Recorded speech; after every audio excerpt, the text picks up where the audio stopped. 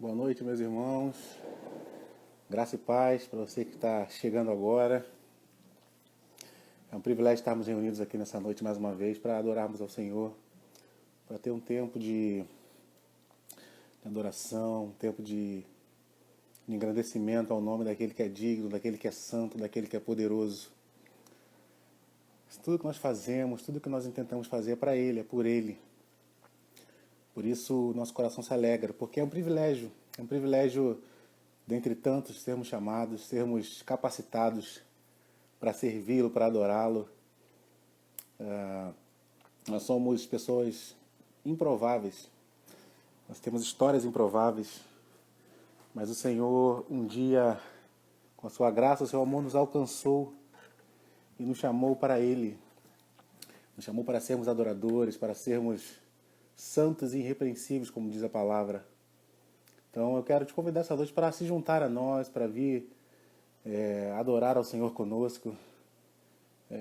Na segunda etapa também nós teremos a convidada hoje, mais que especial, Patrícia Zacarias, que vai trazer uma palavra, uma meditação juntamente com a gente. Eu peço a você que se junte a nós, tenha esse tempo, tire esse tempo, separe esse tempo para estar aqui agora com a gente. Vai ser um tempo breve, será o tempo exatamente da live, que é 50 minutos, 1 hora no máximo. Então, gaste esse tempo com a gente, gaste esse tempo com Deus, gaste esse tempo com o teu Senhor, amém?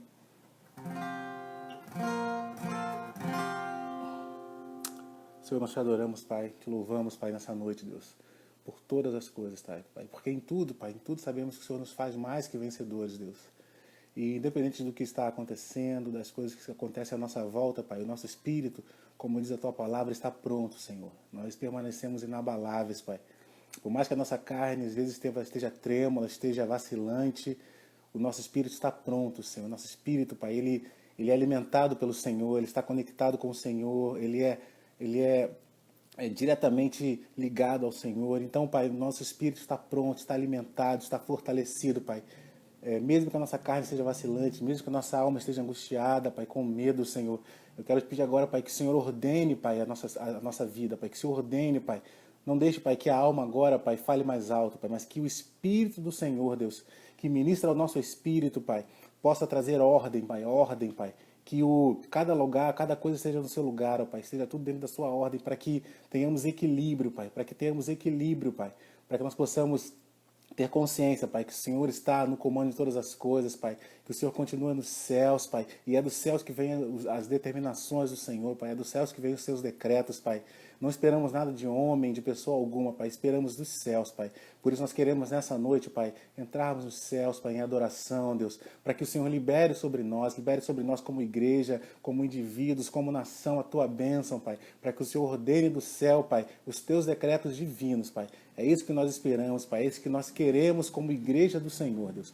Por isso, em nome de Jesus, Pai, que o Senhor reine em nossas vidas, Pai. Reine nesse tempo, Pai. Reine em nossa adoração, Pai. Reine em tudo que nós fizermos, Pai, em nome de Jesus, Pai.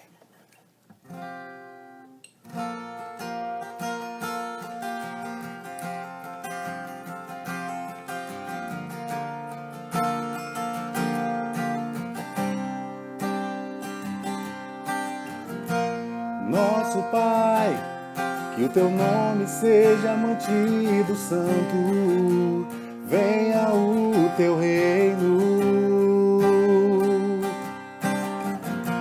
Dá-nos hoje o alimento necessário para viver, o pão de cada dia.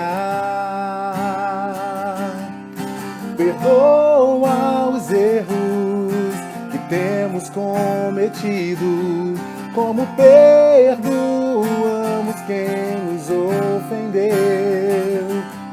Não nos deixes cair em provações severas, mas livra-nos do mal. E venha o Teu reino, faça a Tua vontade, seja assim na terra como é nos céus. Venha o Seu reino, faça a Tua vontade, seja assim na terra como é nos céus.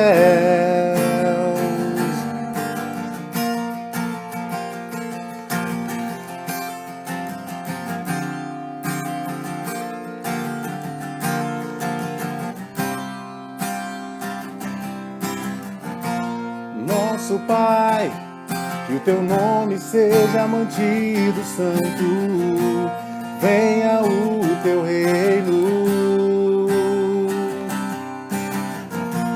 Dá-nos hoje o alimento necessário para viver, o pão de cada dia. Perdoa os erros que temos cometido, como perdoamos quem nos ofendeu. Não nos deixes cair em provações severas, mas livra-nos do mal. E venha o seu reino, faça a tua vontade, seja assim na terra como é no céu. Venha o seu reino, faça a tua vontade, seja assim na terra como é nos céus. Venha o seu reino, faça a tua vontade, seja assim na terra como é no céu. E venha o teu reino, faça a tua vontade, seja assim na terra como é no céu. Porque o reino e o poder e a glória são teus para sempre. Porque o reino e o poder e a glória são teus para sempre. Amém.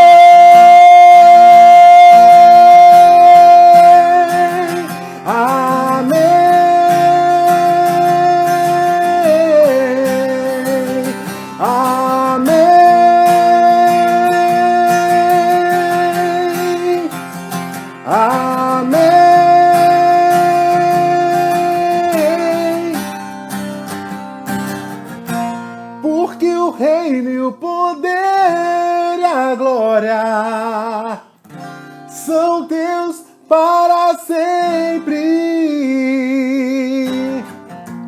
Porque o reino e o poder e a glória são teus para sempre. Você pode concordar e dizer amém?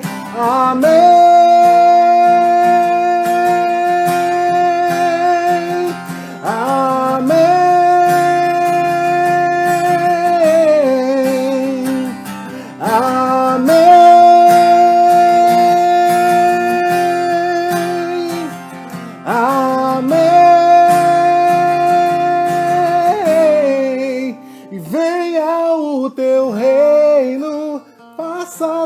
Vontade, veja assim na terra como é no céu. Venha o seu reino, faça a tua vontade, seja assim na terra como é no céu. Oh Deus, estabelece o teu reino, Senhor. Estabelece o teu governo, Senhor, o teu governo, Deus. Oh, Deus, nós concordamos como igreja do Senhor, Deus. Queremos a tua vontade, Pai. Queremos que o teu reino, Pai, o teu reino que está estabelecido em nós, Deus, seja manifesto, Senhor, seja manifesto na terra, Senhor. Oh, Deus, que a tua palavra diz, Pai. Oh, Deus, que a criação aguarda, Pai, ansiosamente a manifestação dos filhos, Pai. Oh, Deus, que os filhos se manifestem, Deus. Que os filhos manifestem o teu reino, Pai. Oh, Deus, que os filhos, Pai, manifestem a tua glória, Deus. Oh, Deus, em nome de Jesus, Pai, esse é o desejo do nosso coração, Senhor. Oh, Deus, vem e reina, Pai, reina, Senhor.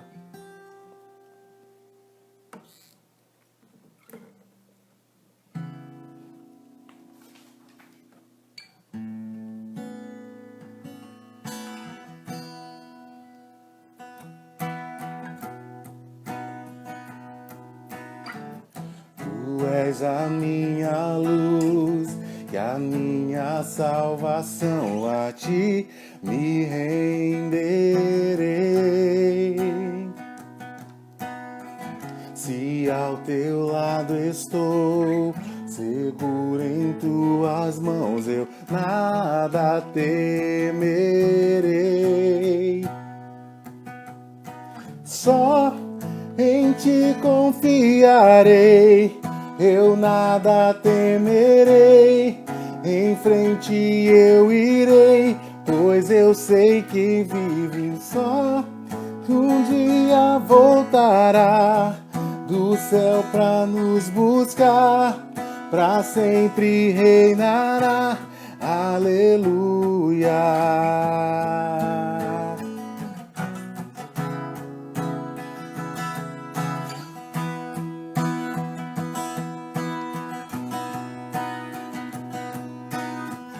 Tu és a minha luz e a minha salvação, a ti me renderei.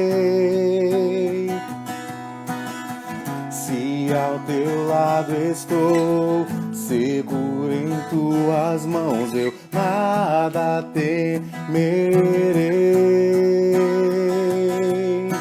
Só em ti confiarei, eu nada temerei. Em frente eu irei, pois eu sei que vivo sós, e um dia voltarás nos céus pra nos buscar, pra sempre reinará. Aleluia.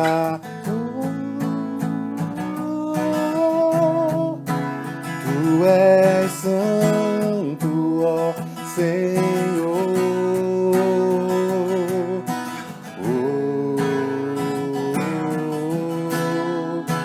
Tu és digno de louvor. Só em ti confiarei, eu nada temerei. Em frente eu irei, pois eu sei que vivo estás, e um dia voltarás dos céus pra nos buscar, pra sempre reinarás. Aleluia. Só em ti confiarei, eu nada temerei. Em frente eu irei, pois eu sei que vivo estás, e um dia voltarás dos céus pra nos buscar, pra sempre reinarás. Aleluia.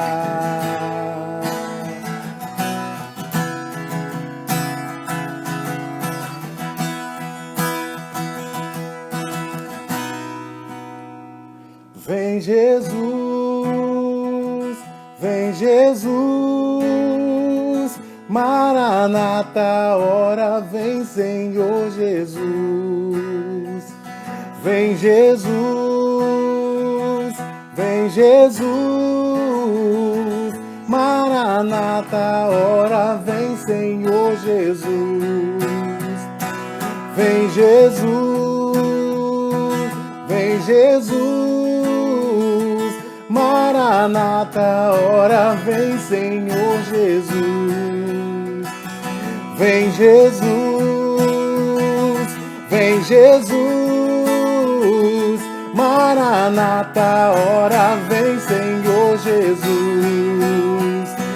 Vem Jesus, vem Jesus, Maranata, ora vem Senhor Jesus. Vem Jesus, vem Jesus, Maranata, ora vem Senhor Jesus. Só em ti confiarei, eu nada temerei.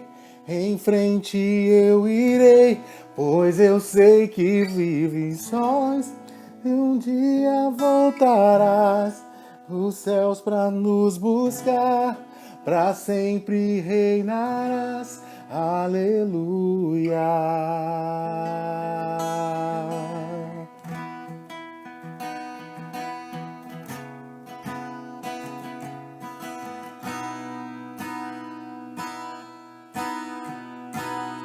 Se eu me humilhar diante do teu altar e sacrificar aquilo que me custar, tu inclinarás os teus ouvidos ao meu clamor. Mas vale um dia no centro do teu querer que toda a vida sem jamais te conhecer. Tu és minha fonte, minha colheita e a minha herança. Tu és minha fonte, minha colheita e a minha herança.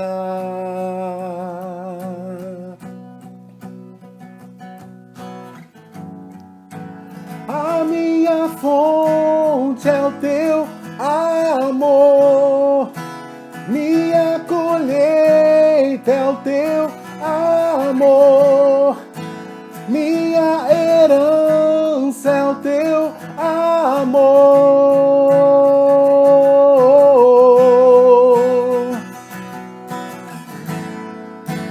A minha fonte é o teu amor, minha colheita é o teu amor, minha herança é o teu amor. Se eu me humilhar diante do teu altar e sacrificar aquilo que me custar, tu inclinarás os teus ouvidos ao meu clamor. Mas vale um dia no centro do teu querer que toda a vida sem jamais te conhecer. Tu és minha fonte, minha colheita e a minha herança. Oh, queridos, nós queremos que é tempo de nos humilharmos diante do Senhor. É tempo de rasgarmos nossas vestes. Oh, é tempo de corrermos para os braços do Pai. É tempo de corrermos para aquele abrigo que o Senhor fala, que o salmista fala na sua palavra. É tempo de nos abrigarmos embaixo das asas do Pai, onde há cuidado, onde há proteção, onde há refúgio, onde há segurança. Oh Deus, Deus, deixa-nos, Pai, deixa-nos refugiarmos em Ti, Senhor.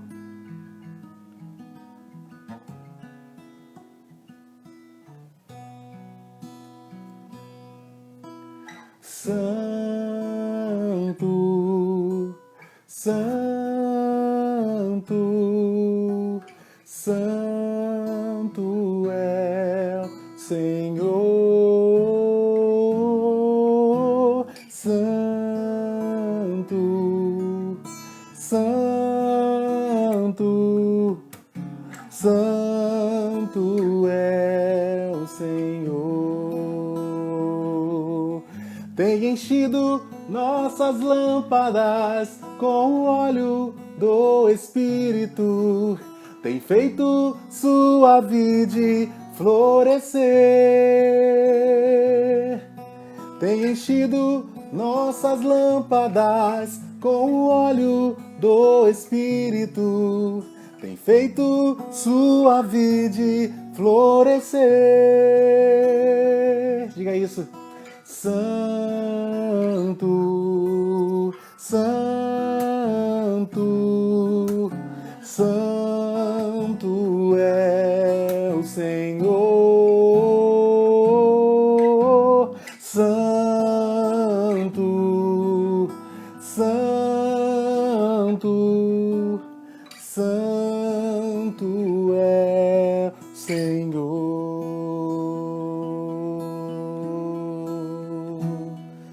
Senhor, Tu és santo e nós Te exaltamos, Deus. Nós Te adoramos, Pai. Nos rendemos ante a Ti, Senhor. Oh, aleluia, aleluia.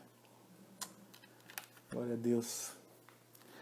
Eu quero nesse momento convidar uma amiga de muitos anos, Patrícia Zacarias, é alguém que é como se fosse uma irmã. Nós temos muita história juntos, né?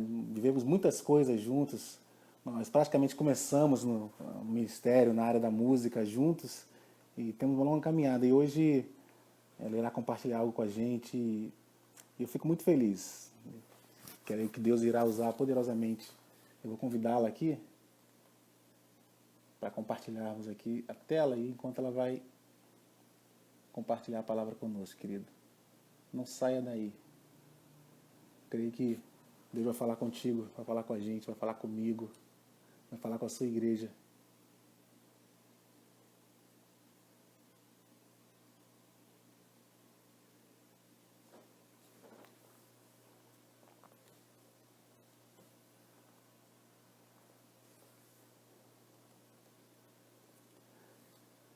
Já está aceitando o convite aqui. Fala, meu querido, tudo bem, meu irmão? Esse querido Wagner, como é que você está, meu irmão? Deus abençoe você, a Kelly, o Samuel. Patrícia, já te enviei o convite, Patrícia. Eu preciso só que você aceite.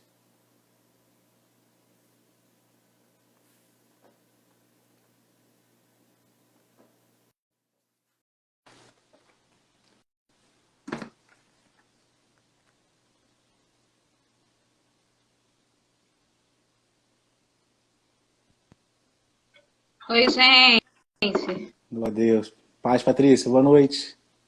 Tudo bom, gente? Paz. Prazer estar aqui com vocês. Prazer estar aqui dividindo esse tempo com o Marcos, um amigo de tantos anos, de longa caminhada, né? É verdade, Temos é aí uma verdade. história da adoração juntos, né? É E verdade. hoje a gente está aqui juntos para compartilhar esse pão com a igreja, né? Com os amigos, com os irmãos. Vamos lá. Amém, amém. Né? Vamos orar, amém? Então, agora... Amém. Gente, tem um pouquinho de paciência comigo, porque, né? O negócio é meio tenso, né? Porque o novo, ele assusta um pouco. Mas vamos lá. Pai, nós queremos te agradecer por essa noite, Sim, por Senhor. essa Sim, Deus. oportunidade, por essa Sim, porta que o Deus. Senhor abre para que a Sim, tua Senhor. palavra seja liberada. Nós Sim, pedimos que os Deus. anjos do Senhor se acampem ao redor, Senhor, da nossa vida, da nossa casa, da vida dos lares do teu povo. E Sim, nós Senhor. pedimos, Senhor, que o propósito para o qual a sua palavra está sendo Sim, Deus. liberada, que ela possa produzir Sim, Pai. frutos na vida, Senhor, da Em tua nome de igreja. Jesus, Deus. Clamamos e invocamos os frutos da semeadura da tua palavra, que ela não Sim. volte vazia, ela Sim, não vai Deus. voltar vazia, porque ela vai Em nome de fazer, ela Jesus, vai Pai. cumprir o propósito para o qual o Senhor a liberou. Em nome de Sim, Jesus. Pai. Amém. Em nome de Jesus, Deus. Em nome de Jesus, Pai. Amém. Patrícia, eu vou pedir só para você Então, depois compartilhar aqueles textos novamente comigo, porque tá no meu celular aqui, menina. Não, mas não tem problema. Você fala meu que eu vou pai. abrindo aqui. Tá ok, tá ok. Então vamos lá.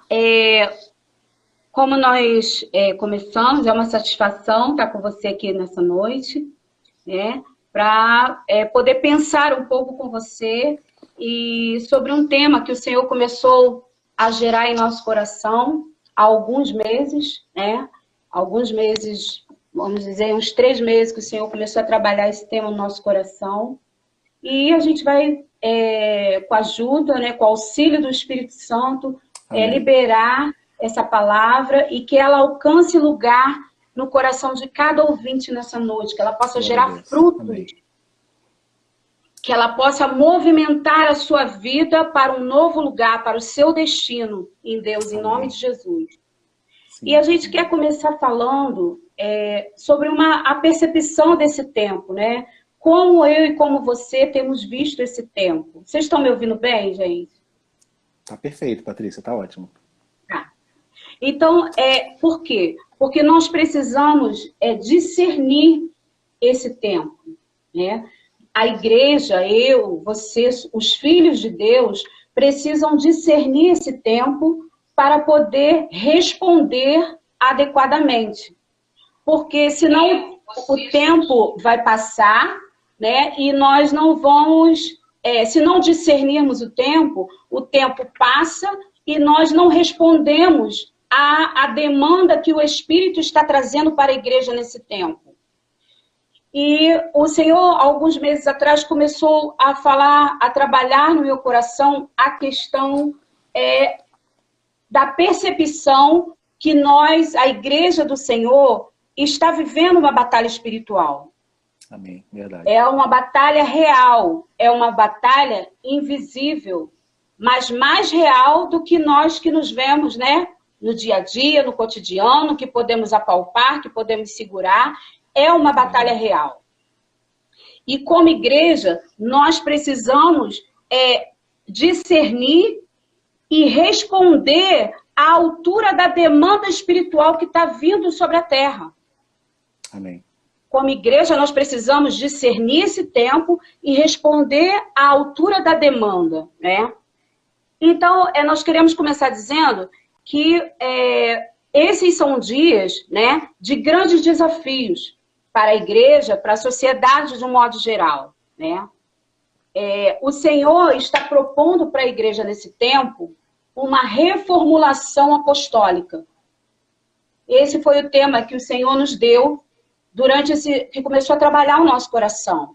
O Senhor está, nesse tempo, trabalhando com a igreja na terra uma reformulação apostólica, uma reformulação na sua movimentação ministerial. Para quê? Para que ela possa responder adequadamente a esse novo normal que está saindo à luz. Amém. Amém. A igreja precisa ser estabelecida dentro dos seus pilares para que ela possa responder adequadamente ao novo mundo que está surgindo. Porque, na verdade, nós entendemos que o Senhor parou tudo, parou a sua igreja para uma reforma. O Senhor parou a sua igreja nesse tempo para que ela possa para fazer uma verificação.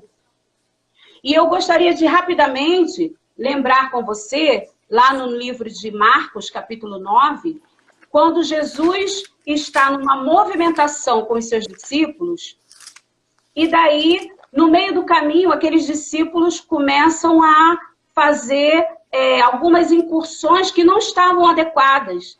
Eles começaram a questionar quem era o maior no reino dos céus. Né? Essa foi a conversa do governo de Cristo naquele caminho.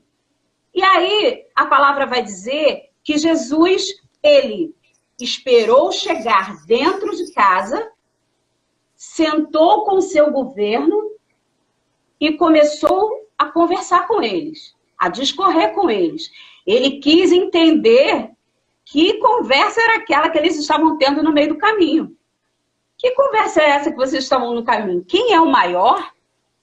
Que essência é essa? Que raiz é essa? Né? Vocês não entenderam nada, né? Não entenderam, eles não discerniram a sua movimentação apostólica. Né? Eles não discerniram o propósito para o qual eles estavam caminhando com Cristo, o Senhor da igreja. E aí, no meio dessa conversa, surge essa questão, que foi uma questão de competição, foi uma questão de disputa, de saber, né, quem era o maior, quem era o menor. E Jesus se assenta com eles quando chega em casa e começa a interrogá-los. E aí o Espírito Santo começou a ministrar no nosso coração. E estabelecer dois paralelos. Assim como o Senhor está sentado com o governo da terra nesse tempo de pandemia, nesse tempo onde ele para tudo para poder confrontar, vamos dizer assim, as motivações que tem nos levado, né, a nos movimentar como filhos, a nos movimentar como irmãos, a nos relacionarmos uns com os outros. Então, o mesmo confronto que Deus está trazendo para a sociedade, de um modo geral, Ele está trazendo também para o governo da sua igreja. Porque naquela caminhada dos discípulos, essa foi a questão entre eles. Quem era o maior no reino dos céus? Então, nós podemos atentar e ver aqui uma disputa de poder.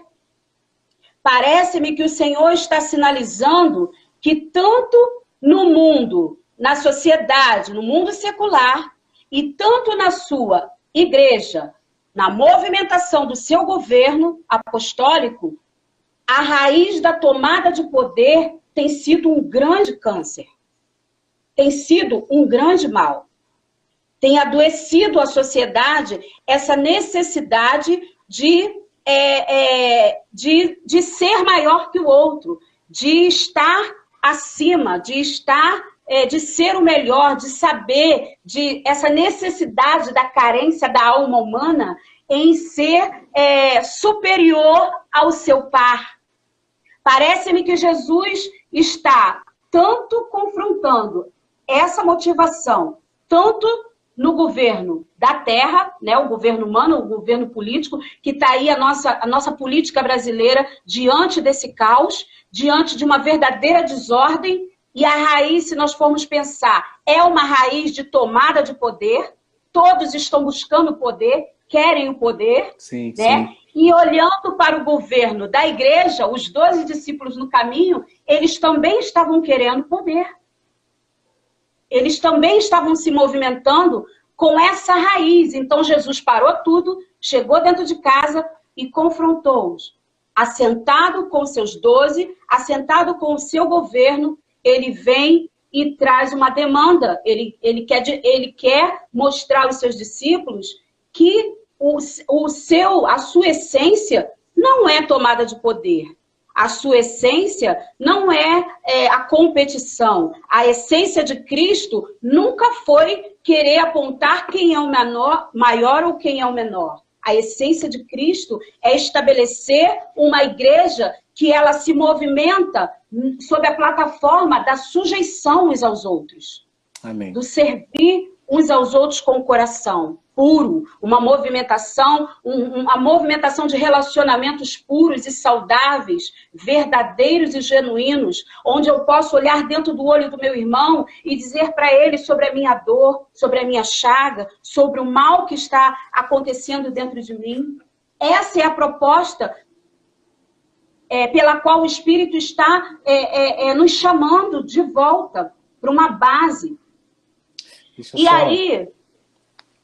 É interessante o que você está falando, porque o que eu estou entendendo que você está querendo dizer é que a gente precisa entender esse momento, né, que a igreja, a nação, mas também a igreja de Cristo tem vivido, porque, pelo que você estava falando, né, é como se houvesse uma chave para cada tempo, né, como se houvesse uma chave de Deus para cada momento, né, e a gente precisa entender o tempo para saber qual é a chave que Deus vai usar nesses dias, né. E se a gente tiver desapercebido, a gente não vai entender, a gente vai se movimentar de maneira errada ou para a direção errada, né? E eu estava lembrando quando você falava do povo, quando o povo estava no movimento de saída do Egito, né, indo para o deserto, e cada problema que surgia, cada novo problema que surgia, Deus liberava uma chave, né, uma direção através de Moisés. Faltava água, ele mandava Moisés tocar na rocha, faltava alimento, descia o maná, vinha o frio, vinha a coluna de fogo. Então, para cada situação, Deus liberava uma chave, né? Então, eu entendo que a gente precisa entender esse momento para a gente usar a chave correta, né? Isso, para a gente se movimentar da maneira correta, né? Isso aí. Então, e aí, prosseguindo nesse pensamento, nós vamos estar agora trabalhando a questão de que chave pode ser essa que Deus está entregando à igreja nesse exato momento. E aí o Senhor nos conduziu para o livro de Amós, capítulo 9, versículo 11. Que diz assim: naquele dia levantarei o tabernáculo caído de Davi, repararei as suas brechas e levantando-o das suas ruínas, restaurá-lo-ei como fora nos dias da antiguidade.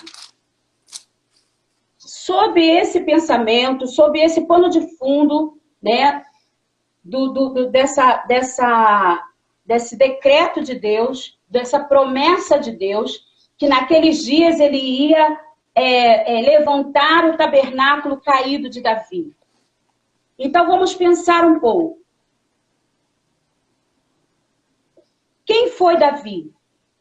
Que tabernáculo foi esse? Vamos tentar explicar, vamos tentar discernir essa movimentação de um governo que parece-me que o Senhor está trazendo os moldes, a chave para esse tempo, para a sua igreja. Amém. Eu creio. Por que o tabernáculo caído de Davi?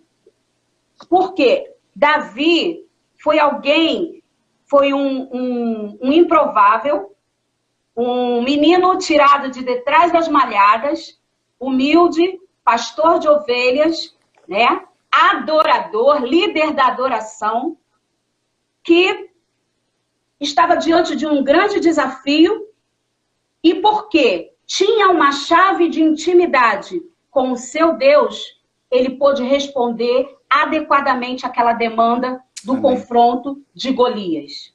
Amém. E aí, nós vamos poder pensar que o Senhor, nesse tempo, ele está dando à igreja um modelo de governo que vai trazer um impacto na sociedade. Porque o reinado de Davi foi um reinado que ele foi fundamentado, embasado sobre 3 pilares. O pilar da oração, o pilar da intercessão e o pilar da profecia. Por que que o Davi foi um reinado que teve tantas vitórias? A Bíblia diz, no livro de 1 Samuel, né, capítulo 17. Alô? Tá ouvindo? Tá ouvindo legal aí? Tá ok, Marcos? Então, a Bíblia vai dizer, né, que o reinado de Davi foi tão abençoado, foi tão próspero, foi tão revelador,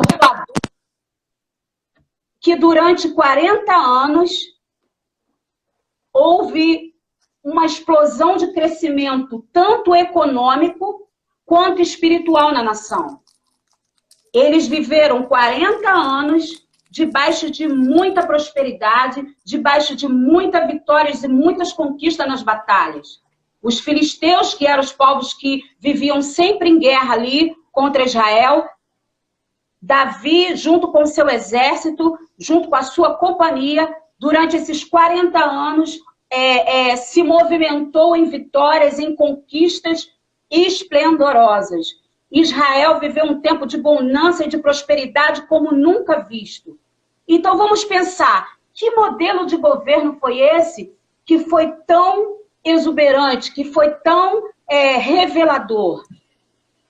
A essência do governo davídico foi a essência da presença de Deus. Amém. O líder dessa nação era alguém que tinha um compromisso com a intimidade com Deus. E são esses líderes que eu acredito nesse tempo, são esses Davis que eu acredito nesse tempo que o Senhor quer levantar no meio da Amém. sua igreja. Uma igreja poderosa, uma igreja, uma geração Amém. de Davis está para ser levantada nesse tempo. Amém. Geração de homens improváveis, geração de homens pequenos grupos, pequenos ajuntamentos que vão revelar, que vão influenciar a sociedade, as áreas de influência da sociedade com muita glória, com muito poder, porque eles têm uma base, eles têm uma plataforma de intimidade, de busca com Deus. Amém. E Davi era o quê? Davi era discípulo de Samuel. Então, qual a raiz dessa fama? Qual a raiz desse governo próspero? Davi foi alguém que foi discipulado. Davi foi alguém que teve, ele viu, ele observou lá na escola profética de Samuel em Ramá, ele viu uma base fenomenal da glória de Deus numa nação. Amém. No capítulo de 1 Samuel 19, você pode abrir para mim, Marcos, por favor, ler? Posso sim. Estou abrindo aqui. 1 Samuel 19, né? Isso, do 18 ao 24. 19, do 18 ao 24? Isso. 1 Samuel 19. Assim Davi fugiu e escapou, e veio a Samuel, a Ramá. Ele participou tudo quanto Saul lhe fizera. E foram ele, Samuel, e ficaram em Naiote. E anunciaram a Saul, dizendo: eis que Davi está em Naiote, em Ramá. Até o 24. Até o 24.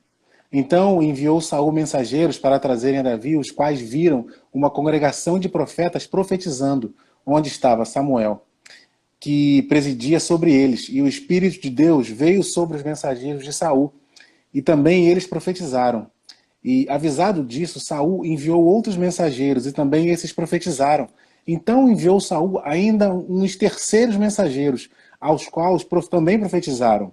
Então foi também ele mesmo a Ramá, e chegou ao poço grande, que estava em seco, e perguntando, disse: onde estão Samuel e Davi? E disseram-lhe: eis que estão em Naiote, estão em Naiote, em Ramá. Então foi a Naiote, em Ramá, e o mesmo Espírito de Deus veio sobre ele, e ia profetizando até chegar a Naiote, em Ramá. Ele também despiu suas vestes, e também profetizou diante de Samuel, e esteve nu por terra todo aquele dia e toda aquela noite, pelo que se diz. Está também Saul entre os profetas? Isso. Então, a gente pode verificar aqui que a escola de Davi, com que ele foi discipulado e treinado pelo profeta Samuel em Ramá, era uma escola que tinha uma base onde a presença e a glória de Deus era algo palpável, né? Palpável. A glória de Deus estava impregnada na nação. Por quê? Porque havia um ambiente de quê? Da restauração do sacerdócio. Cada filho, cada tribo, cada príncipe no seu lugar. Os levitas estavam no seu lugar de serviço, oficiando diante do Senhor. Os sacerdotes estavam cuidando das ordenanças do templo. Amém. Então havia oração, havia intercessão e havia adoração, 24 horas, restauração dos turnos de adoração. Amém. Quando Davi estabelece o turno dos sacerdotes, ele chama as famílias.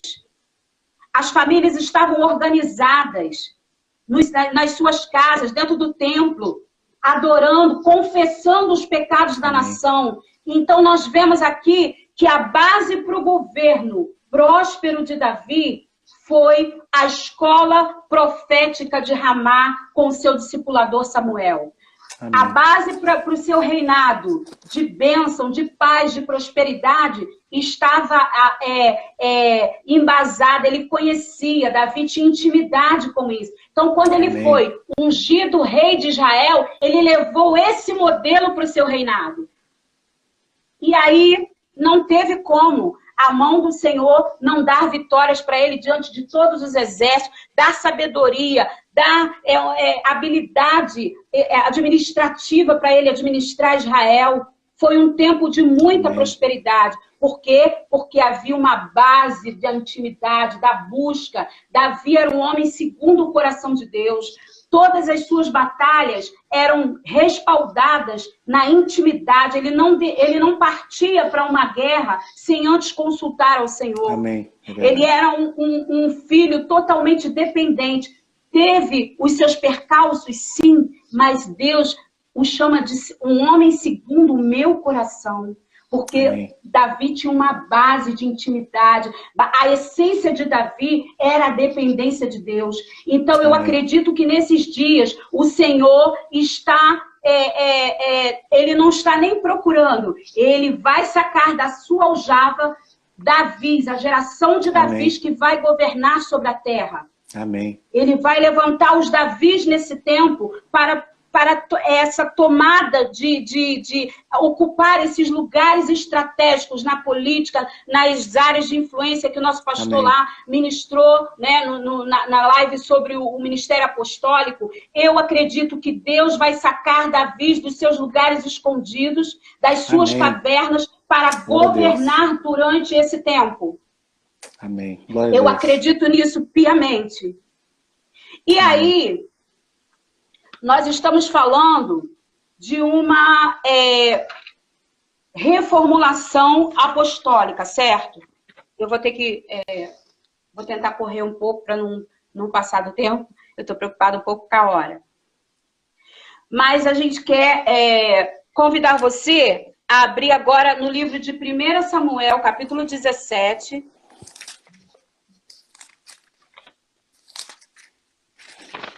Mas fica tranquila, Patrícia. A gente está sendo edificado aqui. Inclusive, eu estava pensando, né? Você falou que o governo de Davi ele foi dessa maneira porque ele viu o sacerdócio sendo exercido, né? E uma coisa muito interessante, Patrícia, que eu tenho visto que Deus tem feito com a igreja nesses dias, com a igreja não instituição, com a igreja a gente, né? Quando a gente fala igreja, fica uma coisa muito subjetiva, mas fala a gente, o povo de Deus. Eu tenho visto Deus reorganizando o sacerdócio. Por quê? Sim. Porque eu vi, isso acontece com muita gente, inclusive comigo. Você se acostuma a ser o provedor, você, o chefe da família, é o provedor. Só que Deus não chamou os homens para serem provedores, chamou para ser sacerdote. E o sacerdócio ele envolve muito mais coisas, envolve a liderança espiritual, envolve a oração, o culto em família, a liderança espiritual da casa. Então, assim, eu tenho visto nesse tempo de pandemia, como as igrejas não estão podendo se reunir, os homens estão tendo que voltar a exercer esse sacerdócio em casa, né? Então, Deus está criando um pano de fundo, né, para que esse governo seja estabelecido novamente. Isso mesmo, Marco.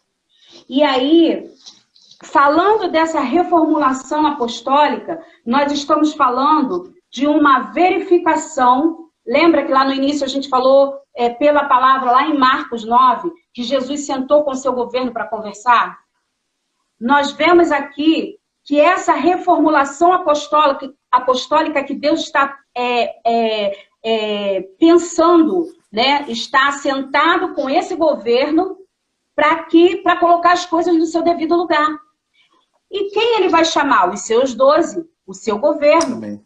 E quem são os pilares da igreja? Ministério, os 5 ministérios. Ministério dos pastores, ministério dos profetas, ministério dos evangelistas, ministério dos apóstolos e ministério dos mestres. Esses são os 5 ministérios de Jesus. E o Senhor está sentado com os 5 ministérios para gerar uma conversa que vai gerar uma resposta para atender essa demanda. É necessário uma reformulação, é necessário que haja uma intervenção do céu na movimentação dos 5 ministérios. Para quê? Para que a igreja possa responder a esse novo normal que está surgindo. Amém. Então, o Senhor ministrou ao meu coração. Vamos abrir abra para mim, Marcos, por favor. 1 Samuel 17. Qual versículo? A partir do versículo 12. 12 até qual? Peraí. Do 12 até o versículo 16. Tá. E Davi era filho de um homem, efrateu, de Belém de Judá, cujo nome era Jessé, que tinha 8 filhos. E nos dias de Saul, era este homem já velho e adiantado na idade entre os homens. Foram-se os 3 filhos mais velhos de Jessé e seguiram a Saul à guerra. E eram os nomes dos seus 3 filhos que foram à guerra: Eliabe, o primogênito, o segundo, Abinadab, e o terceiro, Samá. Davi era o menor, e os 3 maiores seguiram Saul. Davi, porém, ia e voltava de Saul para apacentar as ovelhas de seu pai em Belém. Chegava-se, pois, o filisteu pela manhã e à tarde, e apresentou-se por 40 dias. Isso. Então, nós vemos aqui um cenário muito parecido com a quarentena que nós estamos. 40 dias, o gigante Golias se apresentava diante do povo de Israel. Eles estavam no Vale de Socó, colina de Filisteu de um lado, colina do povo de Israel de outro, e o Vale de Socó no meio. E diz que Golias se apresentou durante 40 dias para insultar o povo de Deus, o povo de Israel. Será que Deus não está nos dando uma chave com isso? Porque esses são dias de batalhas. Ela é invisível, mas ela é real. E aí, Verdade. a Bíblia, a palavra de Deus vai dizer que Davi, vendo aquela movimentação de insultos, né, de vergonha, Golias todo dia indo lá, sabe? Quem vai lutar comigo? Todo dia Davi ouvia essa frase. De manhã e à tarde, né? De manhã e à tarde, Golias não se cansava de se apresentar. Ele ia lá, dava uma dormidinha lá, né? Sei lá o que ele fazia, e se levantava de manhã e à tarde para poder insultar o povo de Deus. E vamos pensar, quando diz que Davi, ele, olhando aquele insulto, ele tem uma hora decisiva, uma hora-chave, que ele se apresenta para Saul e diz que ele vai lutar contra aquele gigante. Ele se apresenta para lutar contra aquele gigante, porque ele viu que os filhos de Israel estavam com medo. Ele viu, mas porque ele tinha uma vivência, uma plataforma de oração, intercessão e profecia, porque ele já vinha com essa bagagem lá da escola profética de Ramá, o que ele fez? Bom, eu sou esse que vai se apresentar. Eu me apresento para lutar contra Golias. E aí, diz que Saul tenta colocar a sua armadura sobre Davi. E ele rejeita, ele diz, não, eu não posso lutar com essa armadura, porque essa não é a roupagem, essa não é a vestimenta que Deus me deu. E aqui a gente quer pensar um pouco, né, nessa questão de nos movimentarmos nas batalhas, nas vivências da vida, com uma armadura que não é nossa.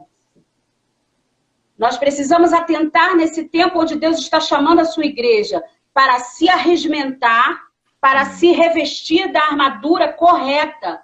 Qual é a armadura, o instrumento que Deus te deu, que já está na sua vida, que já está dentro de você, que você vai apresentar como instrumento de batalha nesses dias, para que a igreja do Senhor prevaleça contra esse gigante? Amém. A ferramenta já está em nós. Nós não precisamos olhar para a armadura do outro e querer colocar uma armadura que não pertence a nós. A armadura já está comigo. A armadura para vencer essa batalha contra Golias já está conosco. O Senhor já nos deu ela para vestir. Lá em Efésios, capítulo 6, nos dá um pano de fundo dessa armadura, né, com todas as suas ferramentas, as habilidades, os dons, os talentos. E aí nós vamos avançar mais um pouco. O que Davi faz? Ele vai até o ribeiro de Elá e dali ele pega 5 pedras lisas. Ele pega 5 pedras lisas, né, escolhe com muito carinho e as leva para aquela luta, para aquela batalha, não é mesmo? E aí, nós vamos pensar que essas 5 pedras que Davi pega, que ele pega naquele ribeiro, representam os 5 ministérios, os 5 pilares da igreja. Vamos pensar que as pedras são fundamentos. As pedras são fundamentos. Como o Senhor declarou, fez a declaração para Pedro. Tu és Pedro, e sobre esta pedra vou edificar a minha igreja. Amém. Então, aquelas 5 pedras estão representando os 5 ministérios apostólicos. as pedras, representam os fundamentos.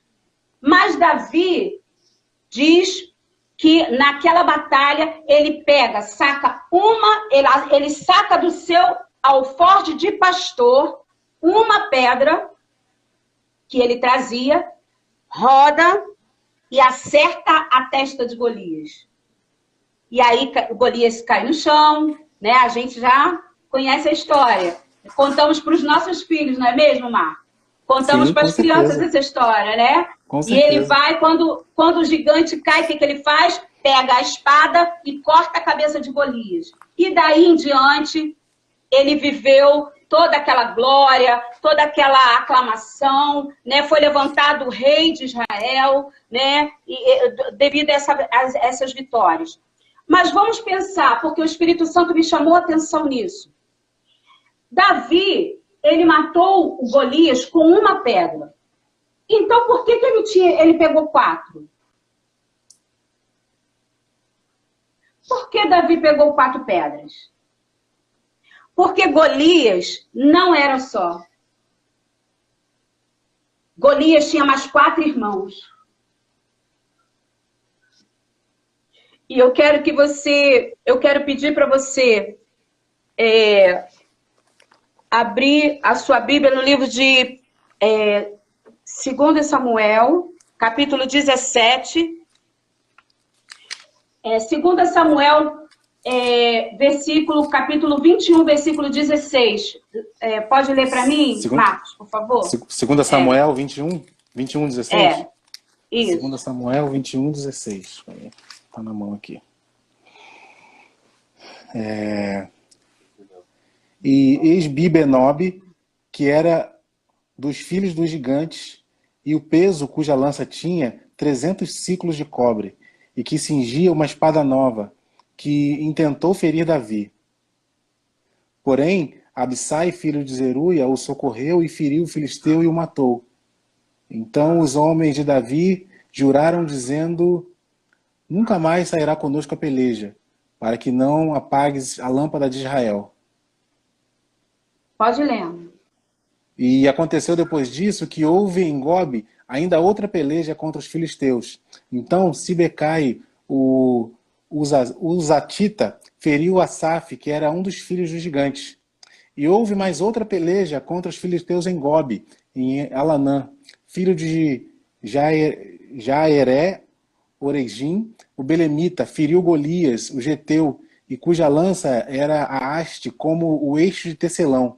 E houve ainda outra peleja em Gate, onde estava um homem de alta estatura, que tinha em cada mão 6 dedos, e em cada pé outros 6, e 24 por todos. E também este nascera dos gigantes, e injuriava Israel. Porém, Jonatas, filho de Simeia, irmão de Davi, o feriu. Estes 4 nasceram dos gigantes de Gate, e caíram pela mão de Davi e pela mão de seus servos.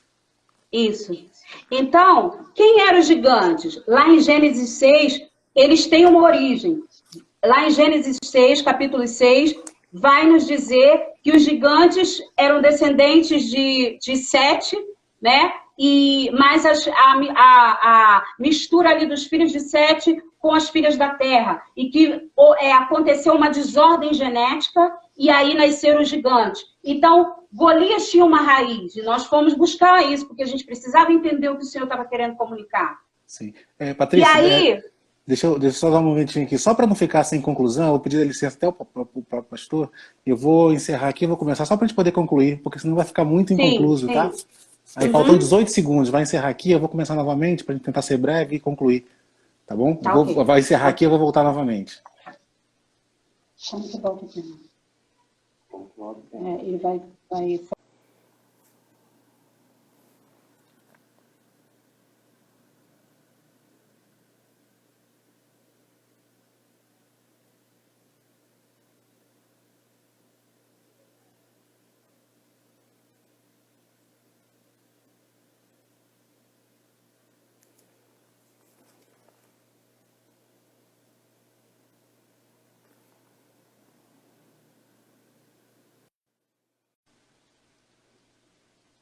Estamos só aguardando a Patrícia Zacarias entrar novamente, tá bom? Oi? Voltamos, Patrícia, foi. Tá, então vamos lá. Vamos tentar aqui fechar, fazer um resumo para a gente poder fechar. E aí nós paramos na questão de pensar a questão da descendência dos gigantes. De onde vieram esses gigantes? De onde partiu? Qual a origem de Golias, né? E aí diz que Golias, ele pega da sua funda, do seu alforje, 4 pedras lisas, né, lá do ribeiro, e essas 4 pedras, mais Golias, são 5. Então, Golias não era sozinho. Ele tinha Golias, Isbi-Benob, Saf, o homem de 24 dedos, né? E o Lami. Eram os 4 irmãos de Golias, juntamente com ele. E aí, vamos pensar, por quê? Porque Davi tira do seu alforje de pastor. Então, Davi representa o primeiro ministério, o primeiro fundamento, que é o ministério pastoral. Golias significa um homem de alta estatura, um homem de força, um homem que representa uma força física exuberante, né? Sim. Por que é esse gigante que nesse tempo Deus está apontando que está se levantando contra o ministério pastoral?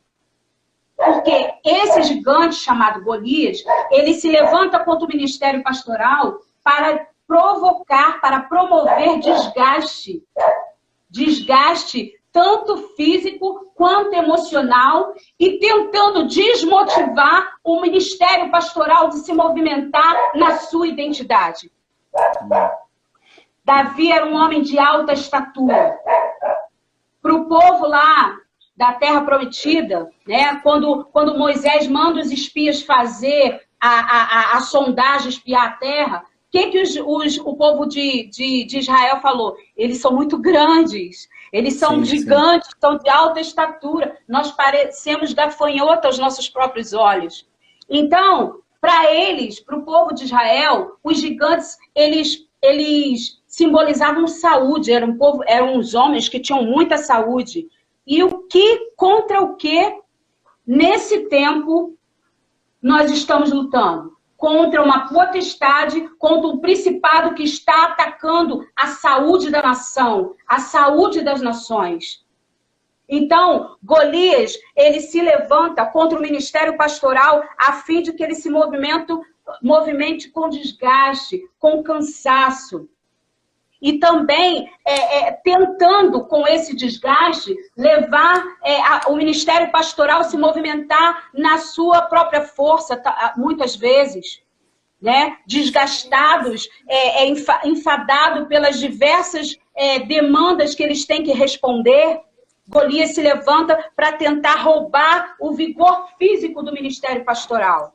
Verdade. Mas existe uma promessa para o ministério pastoral, né? O Senhor é aquele que faz forte ao cansado, renova as forças daquele que não tem nenhum vigor. Amém, então, amém. não vai prevalecer contra o ministério pastoral. Porque existe um Deus que está cuidando para que as forças do ministério, do pilar pastoral, sejam fortalecidas e sejam renovadas. A segunda pedra foi a pedra que se levantou, o irmão de Golias, Isbi-Benob, que está lá em 2 Samuel 21:16. E diz que Isbi-Benob se levantou com uma espada nova. E isso o Senhor ministrou ao meu coração. Esse Golias se levanta contra o ministério dos mestres, porque a espada fala da palavra, a espada do Espírito é a palavra de Deus. Então, como que Isbi-Benob se levanta contra o ministério dos mestres? Ele tenta atingir o ministério dos mestres através de falsas doutrinas, através de falsas doutrinas, ensinamentos, falsos mestres, falsos profetas, até mesmo nesse tempo, nesse tempo que Deus está promovendo, que nós estamos diante de uma reforma, a doutrina da hipergraça, né? Que é a doutrina que está sendo disseminada por aí, que o que vale que Deus é um Deus muito gracioso, a graça dele é infinita. Você pode fazer tudo que você, né? Você pode quebrar princípios, você pode violar leis, que a graça de Deus está disponível. E nós sabemos que não é bem assim. Deus, ele é um Deus de amor, mas ele também é um fogo consumidor. Ele é um Deus de graça. Ele é um Deus que foi para a cruz para salvar toda uma humanidade. Mas ele também é um Deus que estabelece princípios. Ele também é um Deus que estabelece princípios. Então, a graça de Deus, ela está sendo barateada, mas Deus vai pedir contas. Então, e outra coisa também, no Ministério dos Mestres, sendo disseminado um gnosticismo junto com a doutrina dos nicolaítas, que é o culto à matéria. Você pode, a doutrina dos nicolaítas e do gnosticismo dissemina que você pode pecar, que você pode fazer o que você quiser na carne, porque o que importa é o espírito. O que importa é a sua alma. Deus está olhando para a sua alma. Doutrina de demônios, doutrina de falsos mestres, de falsos profetas. E eu louvo a Deus, porque na nossa congregação, na nossa igreja, nesse ministério, há uma base fundamentada na palavra e na verdade. Há uma instituição de líderes e pastores que tem compromisso com a verdade, com o evangelho cristocêntrico. E nós temos que louvar e honrar a vida dos nossos mestres, nossos pastores e nossos líderes. Por essa movimentação em Deus genuína. E a terceira pedra, ela vai falar de Saf, o terceiro irmão de Golias, que está em 2 Samuel 21:18. 2 Samuel 21:18 vai falar sobre Saf, que significa limiar. Saf significa limiar. Era um gigante, Saf era um gigante que ficava na entrada das portas, impedindo a prosperidade de entrar. Olha que coisa forte. Saf era o gigante que ficava na entrada das portas, impedindo a prosperidade de entrar nas casas, né? Então, nós vemos aqui o Senhor denunciando esse espírito contra os profetas, porque toda movimentação profética, se nós formos olhar e fundamentar, ela está linkada à provisão, a um cenário de seca, fome. A palavra profética chega para romper com aquele ciclo de seca, com aquele ciclo de fome. Então, e o Senhor também está falando aos profetas sobre uma movimentação de integridade, de base, de origem, de se trancar no seu quarto e receber de Deus. Né? A internet oferece muitas sugestões, mas Deus está chamando os profetas para o seu lugar secreto, profetas e intercessores para ouvirem a voz de Deus no quarto e de lá saírem com a palavra, assim diz o Senhor, nesse tempo. Amém. Então, ele significa limiar, e era o gigante que estava na entrada das portas, e o Senhor está denunciando esse gigante que se levanta contra a movimentação de provisão, contra os decretos de provisão através dos profetas, porque se ele consegue roubar a originalidade do quarto do profeta, ele consegue comprometer a visão da liberação, da movimentação do encargo de liberar decretos de provisão e de bonança sobre o povo, sobre a igreja. Então, a palavra diz em 2 Crônicas 20:20, credes em Deus e estareis seguros, crede nos profetas e prosperareis. Há uma liberação de provisão quando os profetas se posicionam para declarar a abundância sobre a terra. E aí, a quarta pedra, e já estamos terminando. A quarta pedra está lá em 1 Crônicas 25, Lami. Lami era o quarto irmão de Golias, que se chamava o guerreiro corredor, né? E ele se levanta contra que ministério? Contra o ministério dos evangelistas. Lami era o gigante corredor. E aí a palavra de Deus diz: quão formosos são os pés dos que anunciam as boas novas. Lami se levanta contra o ministério dos evangelistas para tentar parar o quê? A provisão de missões. Missões culturais, missões transculturais. Se levanta, Lami se levanta, esse gigante, guerreiro corredor, se levanta para tentar parar os evangelistas de se movimentarem por causa de paralisia emocional. Porque no campo há muitas demandas e muitas vezes eles sentem essa ausência, a saudade do corpo, da sua pátria, né? Da pátria, da terra natal, e muitas vezes ele se levanta, Lami se levanta contra os evangelistas para tentar paralisar a obra de evangelização na terra. Só que o Senhor diz que quão formosos são os pés daqueles que anunciam as boas novas, e o ministério dos evangelistas não vai ser paralisado. Amém. Assim Amém. nós cremos.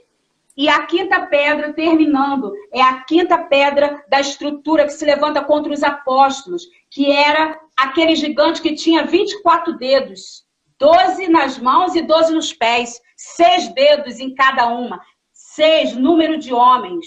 E aqui o Senhor ministrou que esses 12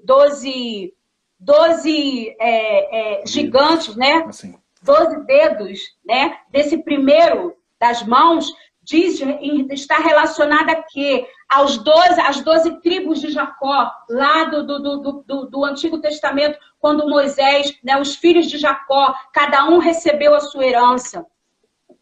E o que aconteceu? Quando Moisés manda eles espiarem a terra, eles falam o quê? Eles são mais altos, eles são maiores do que nós não vamos conseguir, né, ocupar essa terra. A terra é boa. O primeiro relatório era que a terra era boa, mas eles ficaram com medo, se sentindo a identidade dos filhos estava comprometida. Então, Deus está falando aqui, né, lá em Números 13, 25, vai contar esse relato, desse relatório de Moisés, que Moisés pede aos espias.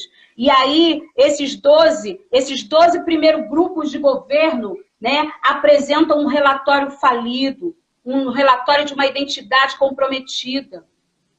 Aquele exército, aquele governo que ia entrar em Canaã, na terra prometida, estava com a sua identidade comprometida.